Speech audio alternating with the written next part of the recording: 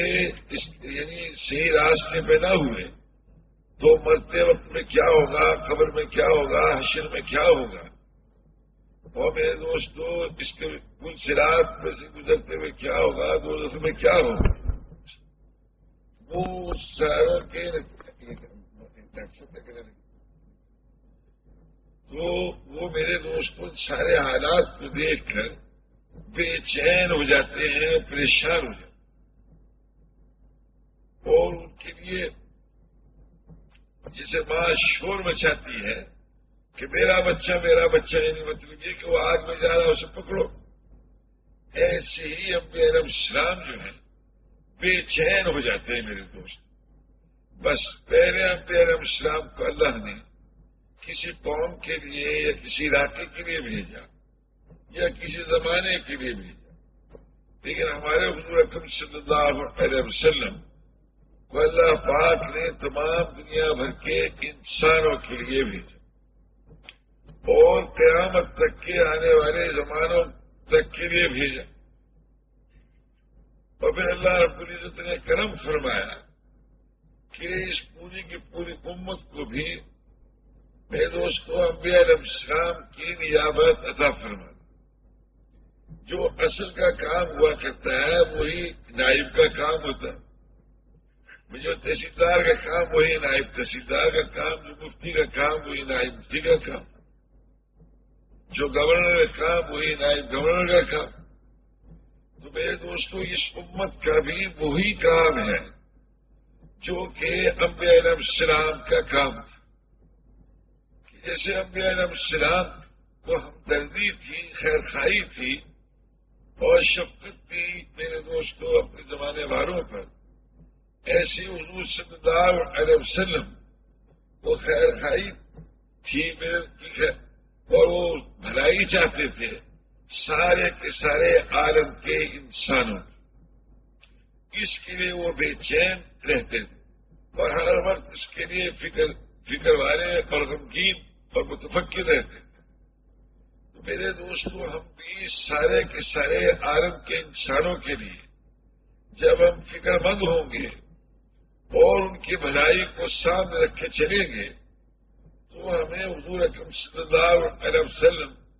کا ہمیں کی پیروی حاصل ہو جائے، ان کا ہمیں اتباع حاصل ہو جائے کہ ہم جو ہے مقصد کے اعتبار سے ہمیں یعنی ان سے مشابہت حاصل ہو گئی،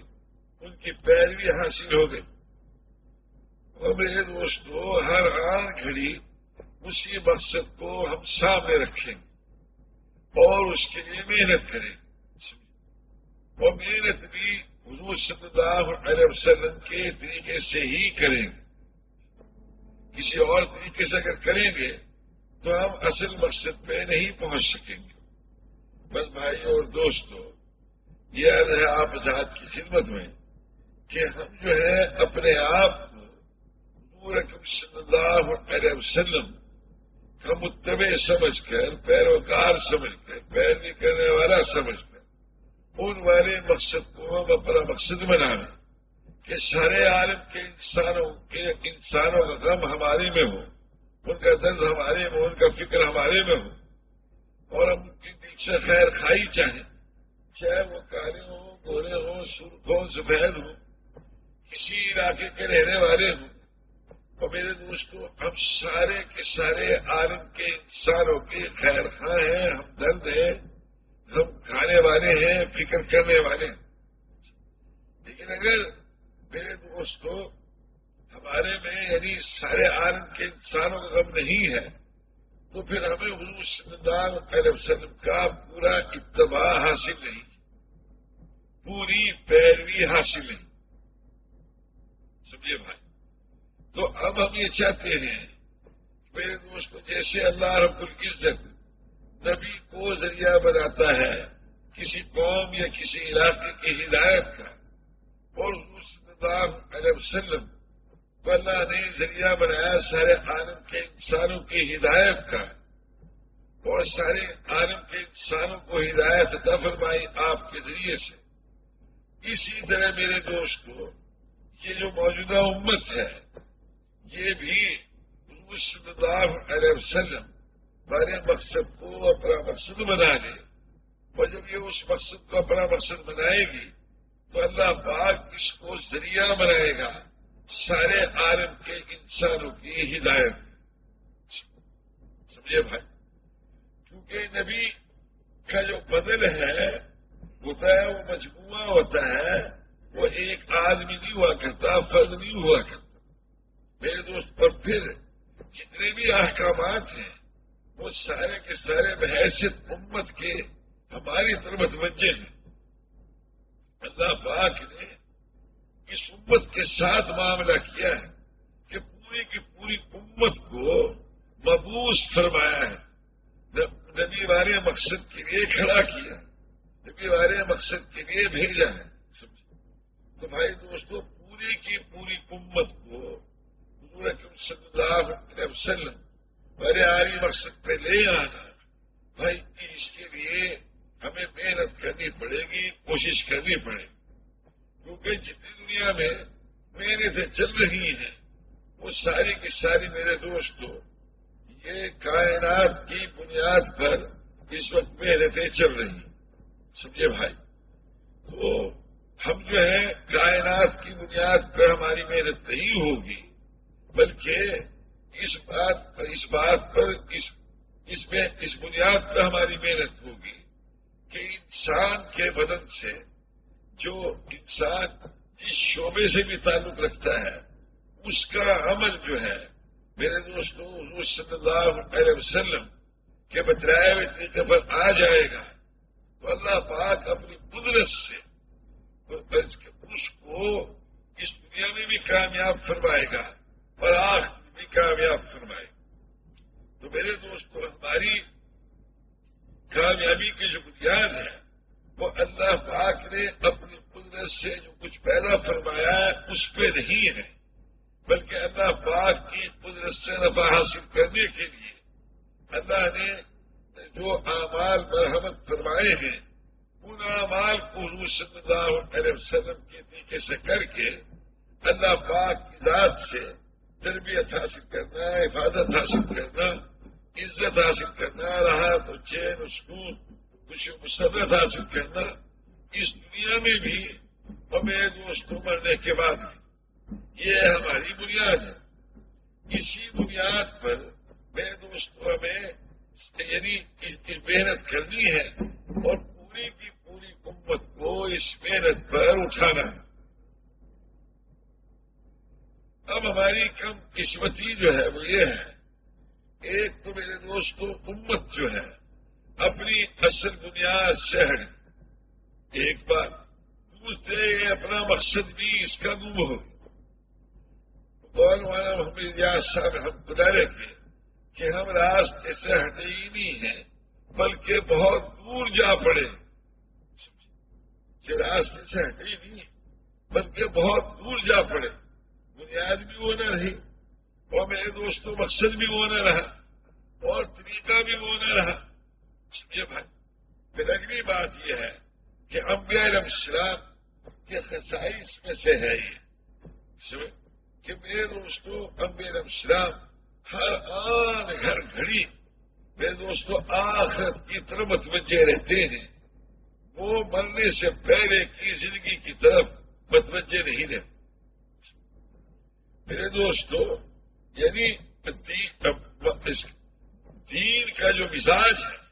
وہ آخرت ہے، وہ دنیا نہیں ہے۔ سمجھے بھائی؟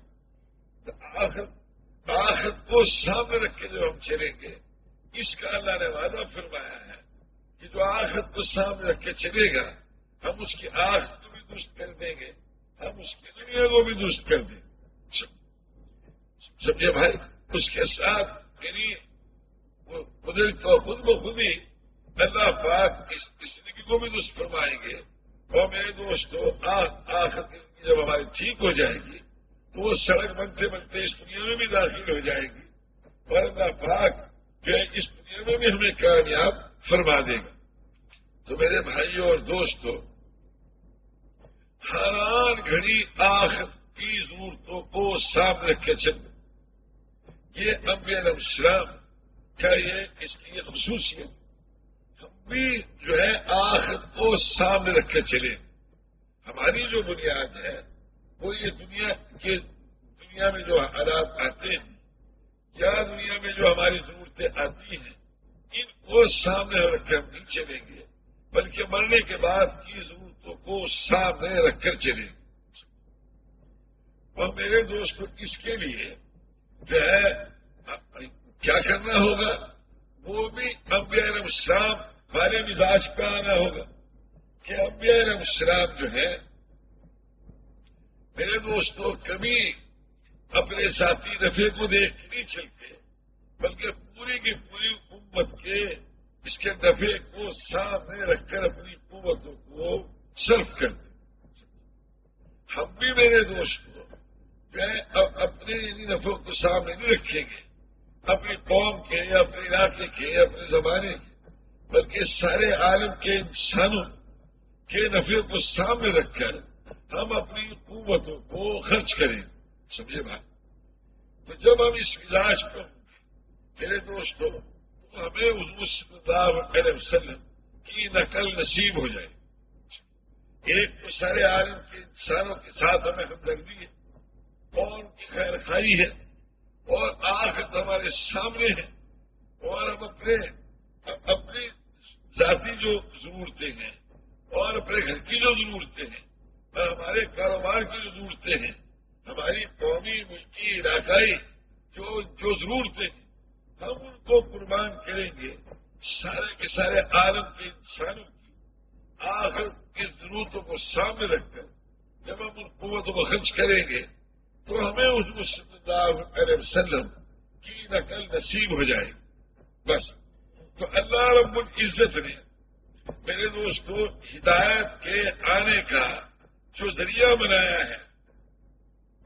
وہ نبی کی محنت کو ذریعہ بنایا ہے کہ نبی جو محنت کریں گے اس پر اللہ پاک ہدایت عطا فرمائے. بادشاہ کی محنت پر یا تجارت کی محنت پر یا فوجیں تیار کرنے کی محنت پر یا اور کسی قسم کی مال حاصل کرنے کی محنت پر میرے دوستوں یہ محنت کریں گے محنت پر جو ہے ہدایت نہیں آئے گی بلکہ نبی کی محنت پر ہدایت آئے گی. بس نبی کی محنت اگر وجود میں آ گئی تو میرے دوستوں اس میں یقینی بات ہے کہ اللہ پاک ہدایت عطا فرمائے. بالکل میرے دوستوں جیسے سورج کی روشنی میں ہمیں نفع کی چیزیں بھی نظر آتی ہے نقصان کی چیزیں بھی نظر آتی ہیں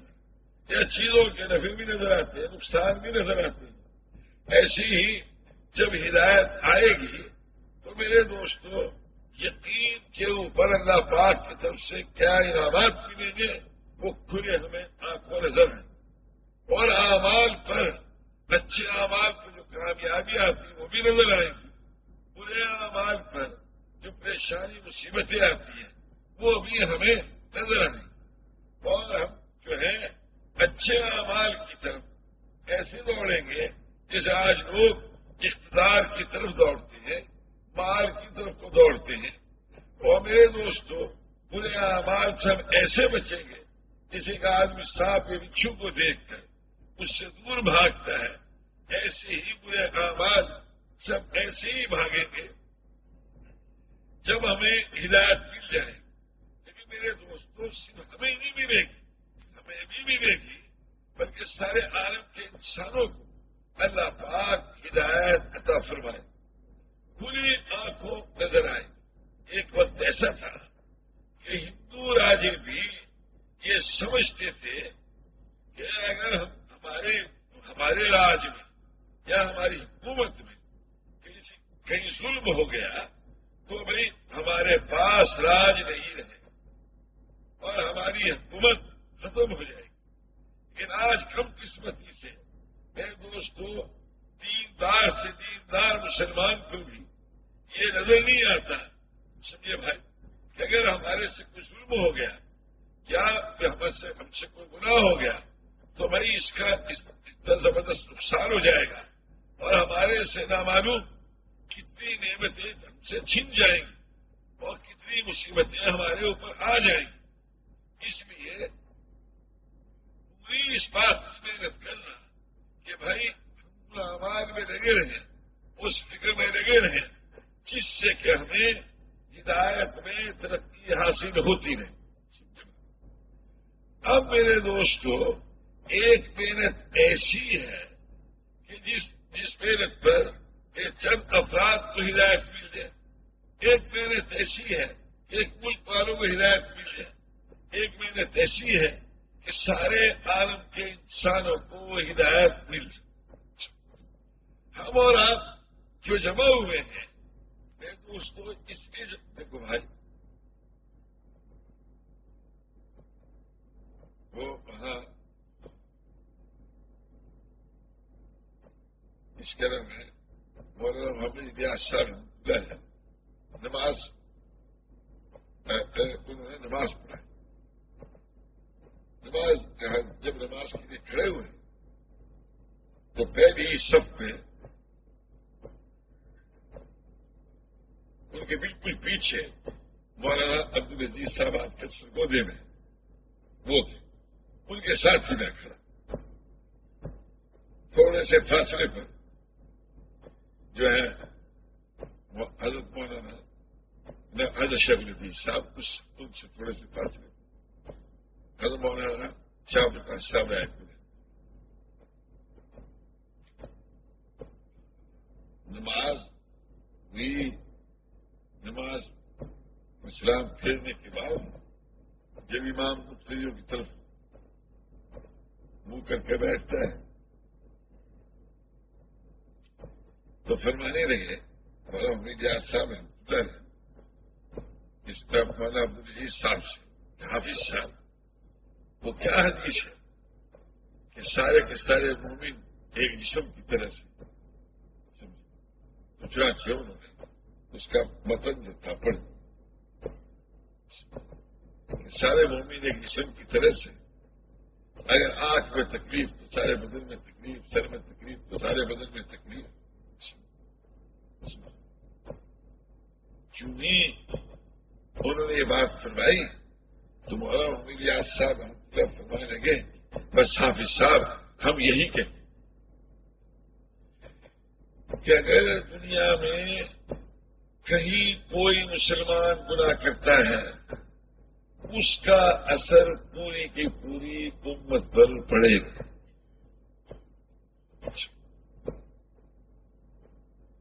اور اگر نیکی کرتا ہے تو اس کا اثر پوری کی پوری امت پر پڑے گا۔ بس حافظ صاحب ہم یہ کہتے ہیں میرے دوستو، ہم کسی مسلمان کو چھوڑ نہیں سکتے،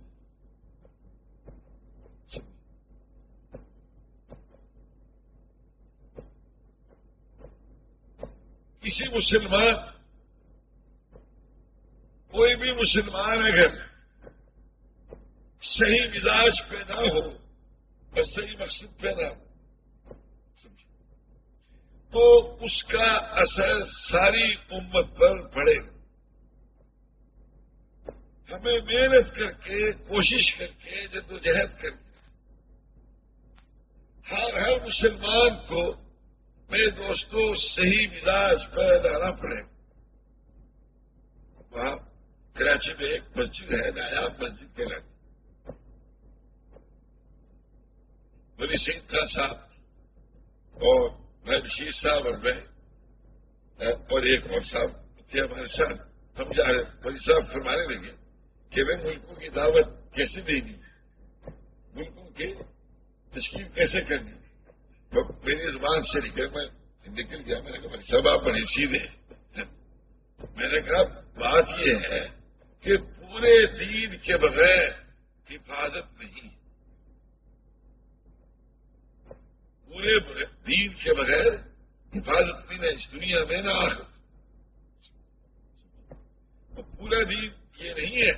کہ پاکستان والے پورے دین پر آ گئے تو دین زندہ ہو گیا، نہیں، دنیا میں جتنے بھی مسلمان بستے ہیں وہ سارے کے سارے اللہ پاک کے احکامات پر آ جائیں، حاکم بھی احکامات پر آ جائے، تاجر بھی آ جائے، محنت مزدوری کرنے والے بھی آ جائیں، بیویاں بھی آ جائیں، خاوند بھی آ جائیں، مرد بھی آ جائیں، عورتیں بھی آ جائیں، مرد بھی آ جائیں، امیر بھی آ جائیں، غریب بھی آ جائیں، فقیر بھی آ جائیں، بادشاہ بھی آ جائیں، پورے کے پورے دین پر بیمار بھی تندرست بھی، اس کو کہیں گے کہ ہاں بھائی دین زندہ ہو۔ لیکن اگر مسلمانوں کا کوئی سا طبقہ اگر دین پہ نہیں ہے تو اس پہ ایک بات یاد آ گئی۔ سن 1959 میں ہمارے یہاں سن 58 میں ماشاء اللہ میں پاکستان مولانا محمد یوسف صاحب رحمۃ اللہ تشریف لائے جنوری 19 سے ہمارے، تو جتنے بھی محکموں کے سیکرٹریز تھے، اس کے لیے وزارت خزانہ کے، وزارت دفاع کے، اطلاع کے داخلہ کے، تو ان سب کو بلایا ہوا تھا۔ تو حضرت نے بیان شروع فرمایا، یہ بات فرمائی اس میں کہ اگر امت کے تمام طبقات دین چاہتے ہیں لیکن ایک طبقہ دین نہ چاہتا ہو تو باقی طبقات دین پہ نہیں چل سکتے، باقی طبقات دین پہ نہیں چل سکتے۔ حضرت کا یہ فرمانا تھا۔ تو ممتاز حسن، میں نہیں، مجھے پتہ نہیں تھا کہ یہ ممتاز حسن ہے، تو پوچھ اور مجھ سے کہنے لگے ممتاز حسن کبھی آپ لوگوں نے روپے کے نوٹوں پہ ہمارے دستخط نہیں دیکھی؟ وہ وزارت خزانہ کی سیکرٹری تھی، کہنے کہ یہ مجھے کہاں سے کہا میں نے کہا آپ کے سامنے کہنے، میں نے کہا آپ کے سامنے کہنے، کہنے لگے انہوں نے صحیح کہا، سچ کہا۔ حالانکہ اتنا بڑا لکھا آدمی وہ ادیب ہے نا، اور بہت ہی یعنی قابل لوگوں میں سے۔ جب یعنی ہندوستان کی عارضی حکومت بنی تھی تو لیاقت علی خان وزیر خزانہ بنائے گئے، تو ہندوستان کا اس کا بجٹ جو تھا سارا ممتاز حسن نے تیار کر کے لیاقت علی خان کو دیا تھا، وہ معمولی آدمی نہیں تھا۔ تو چنانچہ مجھ سے وہ کہنے لگے کہ سچ کہا کہ ہم نے پاکستان سے سود کو ختم کرنا چاہا لیکن تاج ختم نہیں ہوئی۔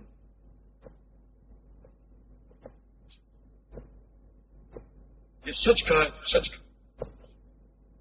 کہ جب تک یہ امت کے تمام طبقات جو ہیں دین پر چلنے کا فیصلہ نہ کر لیں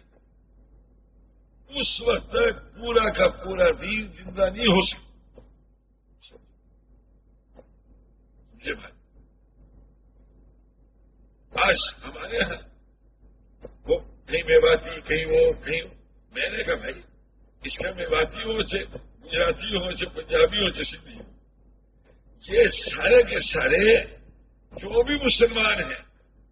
اللہ پاک اس سے یہ پوچھے گا کہ باقی جتنے دنیا میں مسلمان تھے ان کو اللہ پاک کے احکامات پر حضور اکرم صلی اللہ علیہ وسلم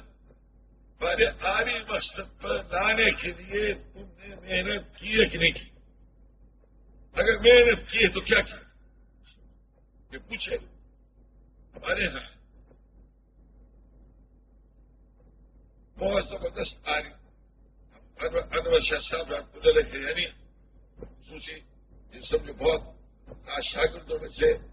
ہر کتاب میں سب سے زیادہ نمبر لیں گے، مولانا عبدالواحد سے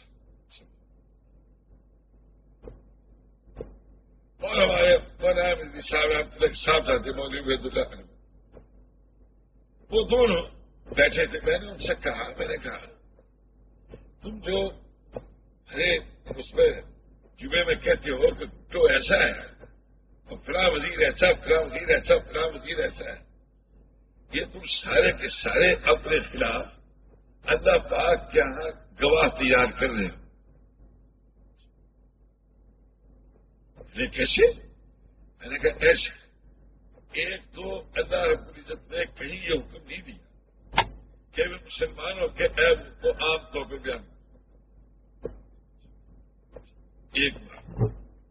دوسری بات یہ ہے، حکم یہ ہے کہ جب تم کوئی برائی دیکھو، منکر دیکھو، تو اس وقت منکر کو بدلو، یعنی اسے برائی سے ہٹا کے نیکی پہ لے کر آؤ. تو اللہ پاک تم مولویوں سے پوچھے گا کہ تم نے وہاں مسجد میں کھڑے ہو کر یہ کہا تھا کہ فلاں وزیر میں یہ کمی، فلاں وزیر میں یہ کمی، فلاں وزیر میں یہ کمی. تو اللہ پاک تم سے پوچھے گا کہ کمی جب تھی تو تم نے اس کمی کو دور کرنے کے لیے کیا کیا. اللہ پاک تم سے پوچھے. اور آپ لوگ یہ کہہ نہیں سکیں گے. اگر یہ کہیں گے کہ اللہ اس طرح ہم نے کہا ہی نہیں، تو جتنے تمہارے مختری ہیں، تمہارے پیچھے نماز پڑھ رہے، یہ سب تمہارے خلاف کل کو اللہ کے ہاں گواہی دیں گے. میں نے کہا اسے سوچ لیا. اس لیے جس مسلمان میں کمی ہے، کسی پاکستانی میں کمی ہے، کسی گجراتی میں کمی ہے، کسی ہندوستانی میں کمی ہے، کسی شامی میں، کسی مصری میں، کسی عرب میں کوئی کمی ہے، باقی سارے عالم کے مسلمان اگر اس کمی کو دور کرنے کی کوشش نہیں کریں گے تو تعالیٰ شاہ اس دنیا میں تو ان پہ سب پہ عذاب لائے. سمجھے؟ اس میں جتنے نیک ہیں ان پہ بھی رگڑا لگے گا، جو بد ہیں ان کو تو لگے گا. نیک بھی پیسے گا، جو بنگال کے رہنے والے، جو پاکستان میں رہنے والے، کہیں کے. اس دنیا میں جو فیصلہ ہوگا وہ سارے عالم کے مسلمانوں کے لیے اکٹھا ہوگا. سمجھے بھائی؟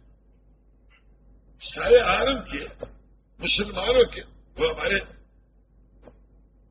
مولوی منیر صاحب بہت ہم نے کیا بات ہے، مجھ سے کیا بات ہے، کہنے کے بھائی وہ جب ڈھاکہ جدا ہوا پاکستان سے تو پہلے غیر بنگالیوں کو مار رہے تھے، اب بنگالیوں کو مار رہے ہیں، ہے نا جی. اب بنگالیوں کو مار رہے ہیں، قتل کر رہے ہیں، ہے نا جی.